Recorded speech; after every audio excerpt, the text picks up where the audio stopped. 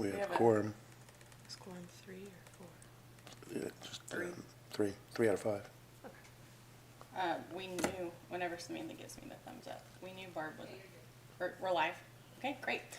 Good evening, everyone. This is the September meeting of the Beech Grove Parks Board. We will begin this evening with the Pledge of Allegiance. I pledge allegiance to the flag of the United States of America and to the republic for which it stands, one nation, under God, indivisible, with liberty and justice for all. Thank you. And we will start with a roll call, starting on the end. Janice King, School Board. Jeff Wheeler, Vice President. Autumn James, Secretary. Tara Wolf, President. And we know that Barb could not make it this evening. She was not feeling well. I hope maybe Pam will be able to join us here in a moment. And as far as guests this evening, we have two guests from the Greenscape Commission, and we'd love to have you up here for an update. Yeah. Just introduce yourself and tell us what you have.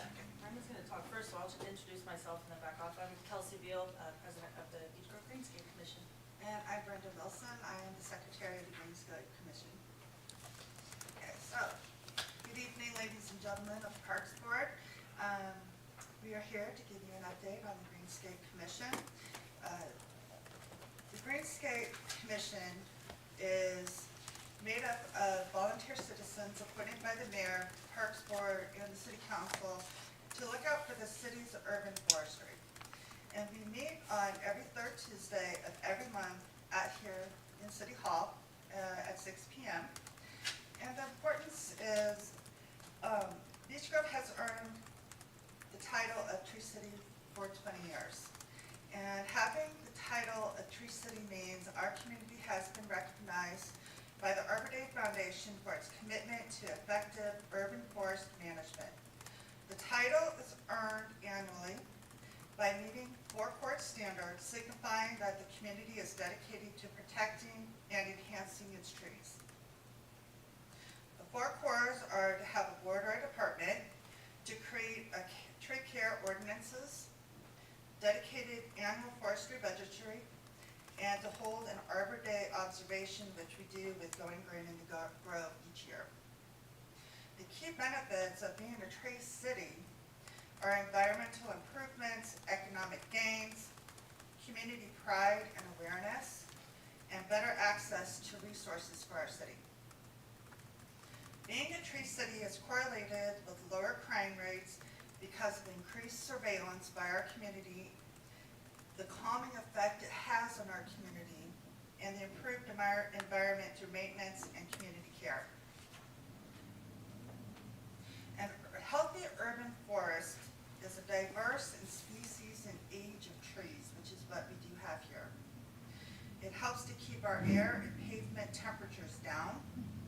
It helps to improve air quality, helps manage stormwater naturally, is well maintained and monitored through regular pruning and pest control. In 2024, Beech Grove received an IRA grant funding of $103,500 of reimbursable funds to be used by 2027. And we want to thank all the Parks Board members and everyone who wrote a letter of support for the grant application. We truly appreciate you for doing that. The grant money is planned to be used to update the tree inventory, which has been completed.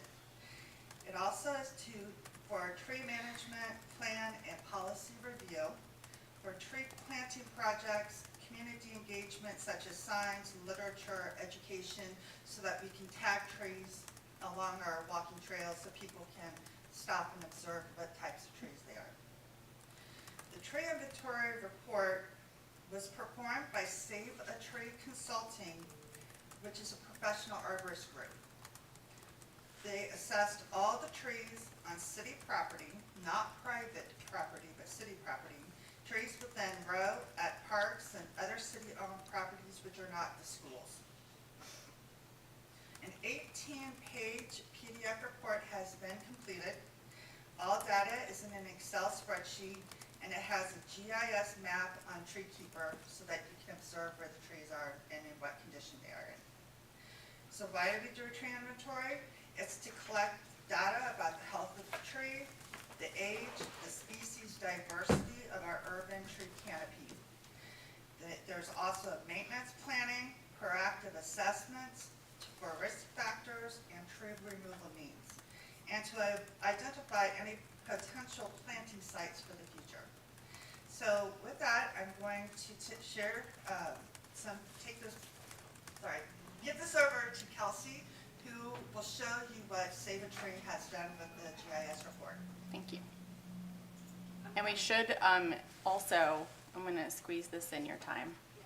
I'd like to recognize Kelsey for the work that she did to help us get the $100,000 grant to continue the creek restoration project. So, thank you. Anytime.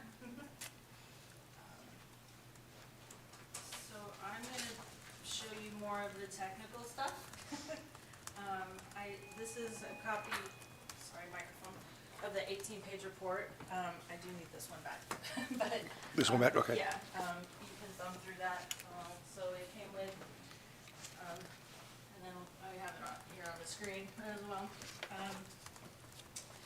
And there's also a spreadsheet of all the data that I was gonna pull up and thumb through, but I mean, if you have ever seen a spreadsheet, familiar. And I sent that to everyone today, so it should be in your email.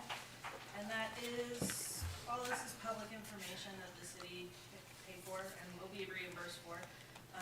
So hopefully we'll get that up on the city website pretty soon. Okay, so I just wanted to talk about the findings real quick. Save a Tree assessed 1,247 trees on city property and 59 potential planting sites. Part of the grant money has to be used for planting projects within certain census districts, so they kind of only focused on planting sites within those districts. And they did ask, do you want us to look for planting sites in the parks? And I was like, I think we got that in the parks. We have lots of trees, and Tom will handle that. So they didn't really worry too much about the parks for planting sites. And then as far as trees in the parks, anytime there's like a natural area, they did not go into that, where it would look like a green blob on Google Maps, not looking into those trees unless they were like near a trail and were kind of iffy, hazardous, something like that. Those did get eyes on them, but other than that, it would just be standalone trees in the parks. So what they assessed was each tree got a number, which here I can show you. These are, I took from the spreadsheet. Oh gosh. I just singled out the parks trees. So there's like, I don't know, 20 something, 11 pages I think, of these are just trees in the parks. So each tree has a number, an address, which would just say the park name. The common name and scientific name, the size of the tree, the health of the tree, risk factors. They did a risk assessment, so if it's high risk or low risk and everything in between there, and prioritized them all based on priority of removals, like what they would recommend removing first or needs attention like pruning or cabling, things like that.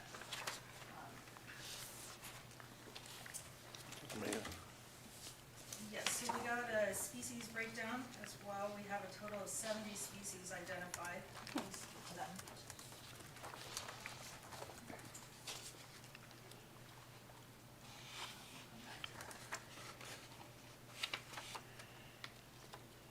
Okay, since this is first, I'll back up from species. This is our tree diameter distribution. So they measure that in dBH, which is diameter at breast height. So about here, how wide is that tree? 12 inches, 6 inches, something like that. That's how they measure that caliper.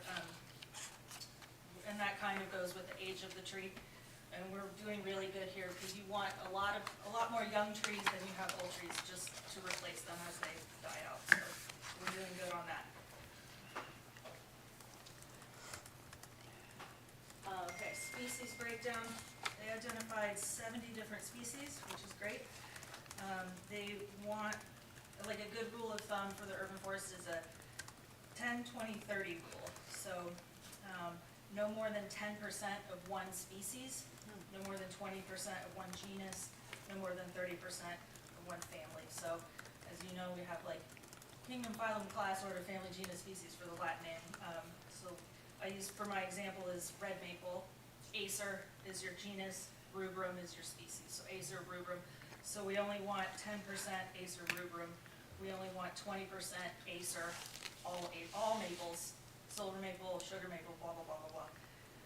And then their family is, I'm gonna butcher this, but Sapindaceae, there's a long Latin name, but that includes maples and box elders and horse chestnuts, and buckeyes and all that, so we wanna stay at 30% under that. So this is an area where we could use some improvement. We have exceeded the 10% species threshold with red maple, honey locust, and silver maple, and Bradford pear, which I will come back to. So basically saying we shouldn't be planting any more of those species just to balance out. And why is that important? Because tree diseases and pests and things are specialized to attack certain trees, like we just went through the thing with all the ash trees and the emerald ash borer. So if you have 50% of your trees are red maples and then something comes through and you lose you could lose 50% of your urban canopy in one fell swoop. So that's why you want to try to diversify all of that.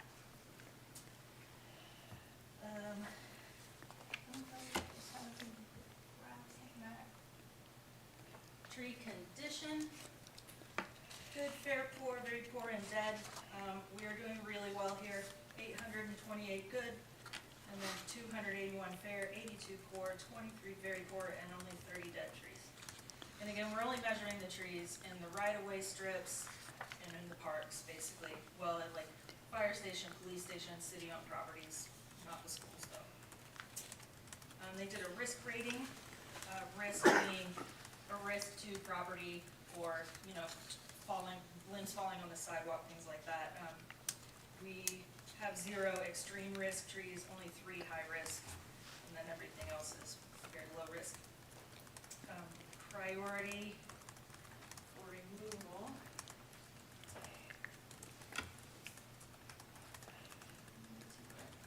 Here's your risk rating. You can see we have 0 extreme. That's excellent.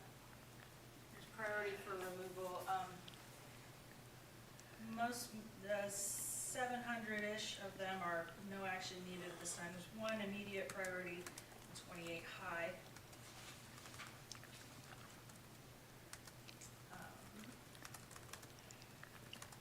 So one thing that they did not factor in, I'm sorry.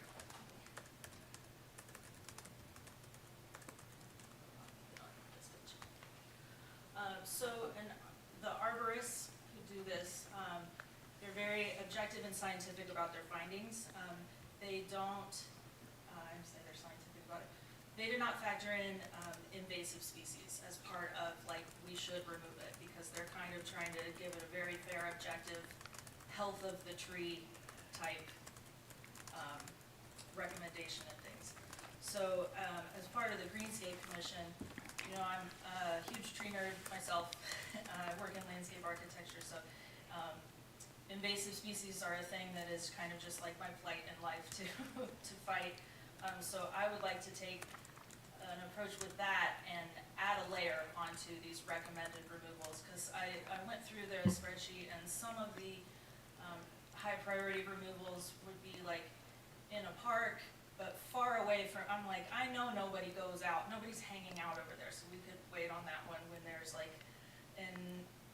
a moderate risk Bradford pear right by the sidewalk. I'm like, well, that takes priority in my opinion, so I think that is kind of where the Greenscape Commission comes in with this data to give to the city. And I mean, I guess that would be Parks and DPW that we need to kind of work with in the future going forward, just to give our recommendations for removals and things like that.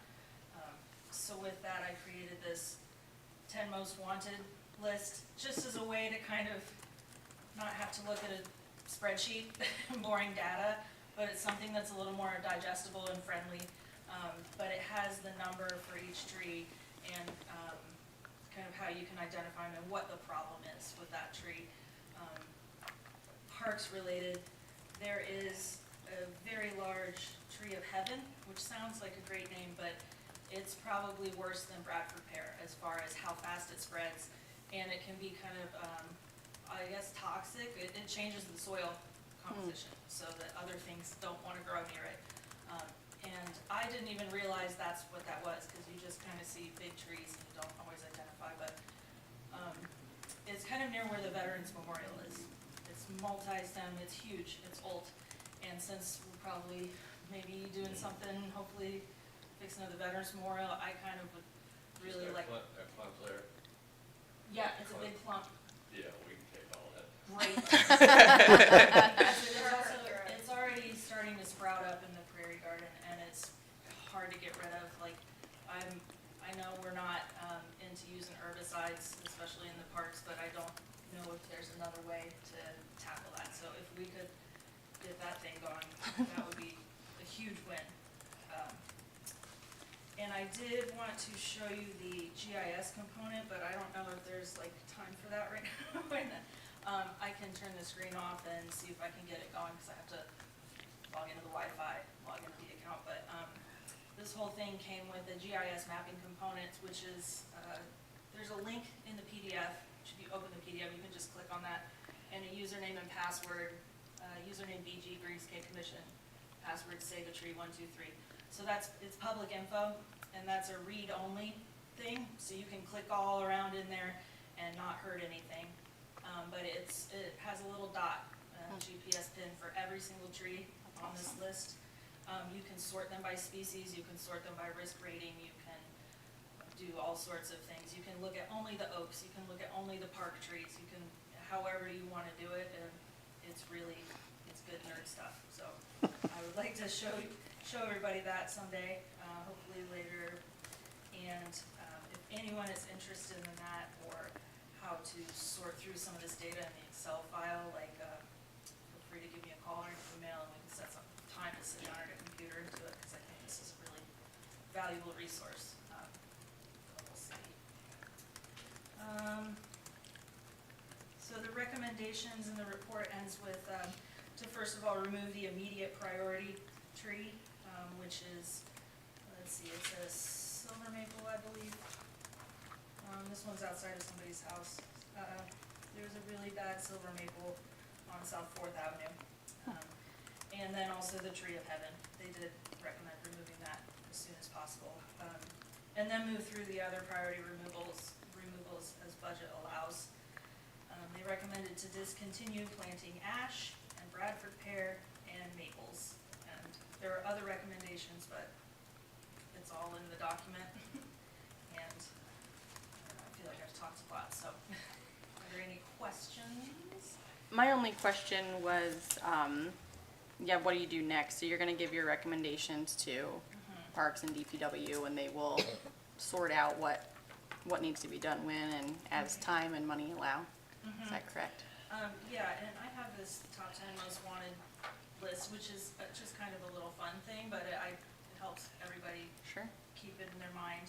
I think starting with those, but other people may interpret this data differently, so always open to, if anybody wants to come to a Greenscape meeting or just send an email and we'll talk about it, but all of this is here for the whole city to use at our discretion. Great. I was planning to go kind of do the same thing at the Board of Works meeting, and then I'm not sure the status of DPW. I know Brad is no longer working there, and I don't know if there's a new director or not, but It starts the 22nd. 22nd? Okay, well, I'll wait till the 23rd. I have a question also. First, let me apologize to the board and to you for being tardy.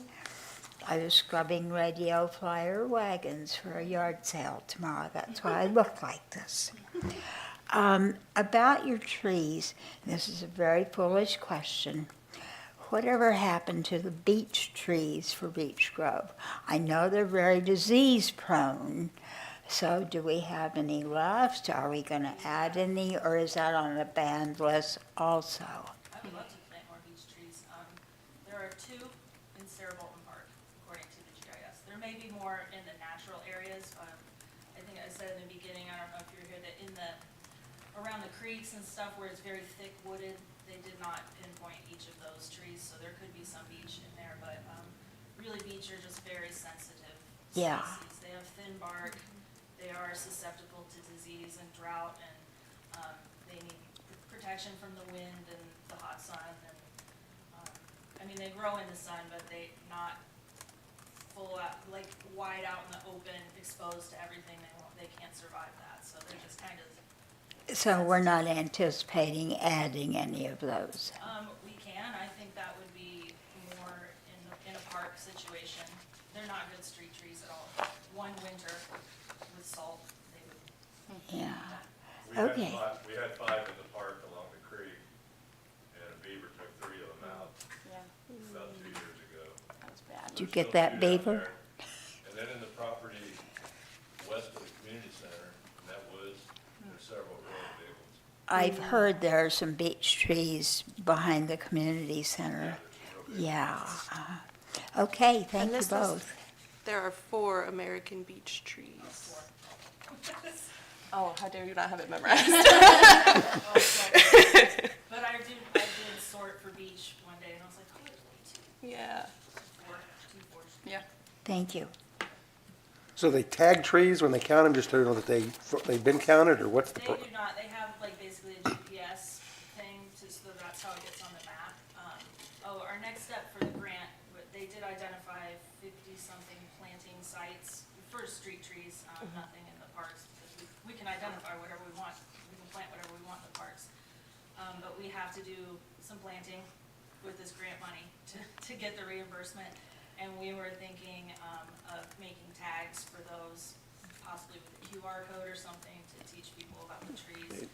And I do remember an email last year, or whenever I was on the Parks Board, then somebody wrote in about, can we get some educational signage about the trees in the parks? And so we can use some of this grant money for that as well. I think the tree inventory, don't quote me on the number, but I think it was 18,000. So, and there was a budget, just to keep it going, so. But part of that has to be for community engagement, which is things like interpretive signs and tree tags and educational pamphlets and, any kind of community engagement that we need. Great. Thank you guys so much. We appreciate the update. I'm gonna turn this off, Okay. and if I can get that Oh, sure. GPS thing. That one? Oh, What was, And- did you say this Oh, one we could keep? you can keep all the spreadsheets if you like, if you'd like to propose planting sites or recommended removals, and just for your records. Do you have an extra 10 most wanted? Oh, yes, I have one for everybody, I'm sorry. And then the numbers, when they reflect the number on there, that Yes. reflects on here, okay? Thank you, this Thank is so you. fun. You know that, That's this, cute. this. Oh, thank you. I wanted one of Might be kind of these. cool if the mayor shared that so that homeowners could start maybe buying these kind of trees instead of maples, but they are the pear that they buy a lot because they grow so fast, or arborvitae. Maybe they would start buying some of these if you recommended them. That, we would like to do online a recommended species list and put all of this kind of in a more digestible format Yeah. on the website for the public. It's just all kind of new. Yeah, it's exciting. Thank you very much. Thank you. All right. We will move on to the review of the August 2025 minutes. Do I have a motion to approve the minutes as submitted, or any questions or changes?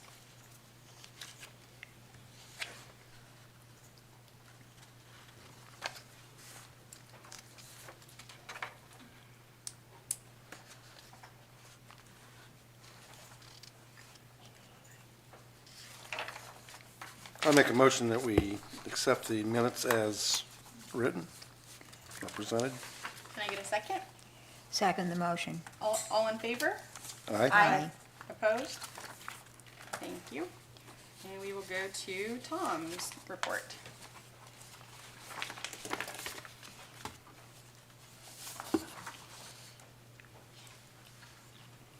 just going through the report that I sent out. Again, some of the work we've done recently sort of overlaps this report, so the report's not complete. We ended up getting the Greenway completely trimmed from 13th Street over to Emerson Avenue. And Public Works went through. We helped a little bit at the first part, and then Public Works did it on their own the rest of the way, and it widened out the trail quite a bit.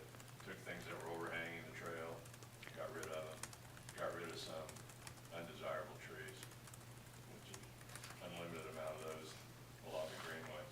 But the Greenway's cleaned up pretty well now.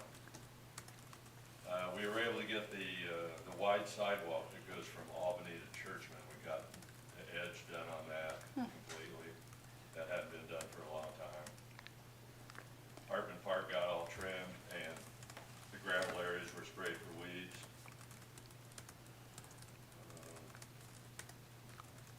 The curbs on Emerson and the islands, including the curbs, were all trimmed and edged. The grass slowed down enough that we were starting to be able to creep out as a team and do other things.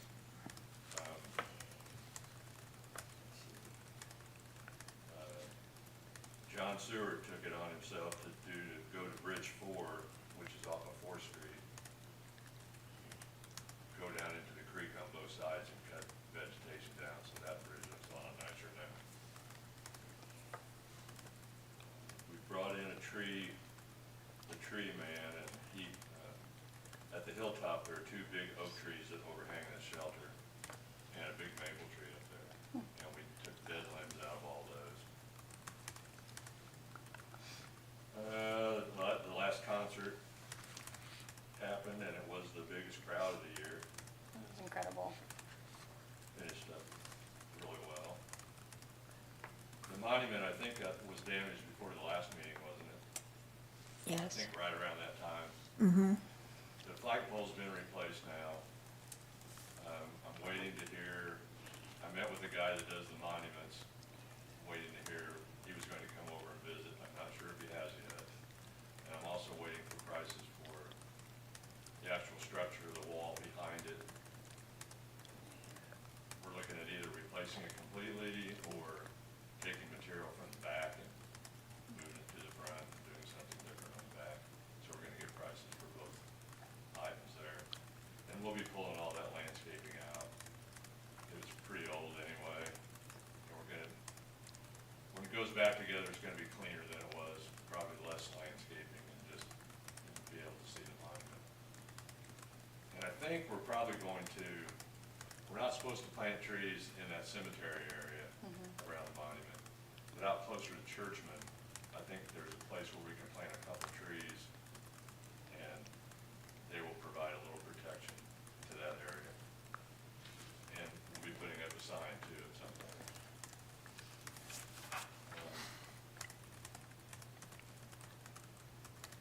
The men's restroom at Don Chalice Park on Labor Day was vandalized.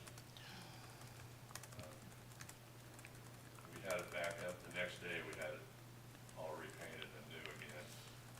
And our video cameras were able to get nice, clear pictures of the person who did it. And I believe there was an arrest involved there because there were some threats spray painted onto the wall. So I haven't heard any details about it, but we were able to find out who did it. That's a good thing. And speaking of silver maples, we removed the silver maple at the northeast corner of the big lot in Sarah Bolton, which will be behind where the new shelter will be. Oh, I saw that. That tree's bad, and there's two more silver maples going north on the trail that are real bad. All the silver maples in the park are really in declining health. So a little at a time, they'll be leaving. And then finally, I met with the mayor a couple times in reference to the budget, and then presented a proposed budget at the city council meeting. And I think that'll all be put in writing and discussed at the next council meeting. Great. Any questions for Tom? What's the status on the bridge right now? Closed. Same. Same? Okay, great. All right, thank you very much. And Tiffany is not able to be here this evening, but she sent us a report, and we can call or email her with any questions regarding that, and we can talk about them next meeting if we have any questions or concerns. She sent it this afternoon. Do I have it here somewhere? No. No, she sent it this afternoon after this was printed. Oh, So I okay. wasn't able to get to it. But we can call or email her, or we can ask at the next meeting. Okay, great, thank you. You're welcome. All right, moving on to old business. We did hear from citizens last month regarding the bridge in Sarah T. Bolton. We had a couple months of discussion on that. So this evening we will vote this evening in, not that if it should be open or closed, but if we support the current closure. So can I get a motion to, To what? motion of support for the current closure? I move to I support vote the current no. closure. Okay, can I get a second? I second. All in favor of the current closure, vote aye. Aye. And opposed? No. Thank you. All right, is another item from old business is the 5-year master plan, which is due next year. And we do have a draft that is due in November. So between this meeting and next meeting, I will be emailing you a lot and maybe giving you a couple of tasks so that we can stay on schedule with that. It's really important. We are not eligible for grants if we do not keep up with that plan. So it is due next spring, and we will get to work on that. As far as new business, Tom just said that they're working on the budget. Do you have any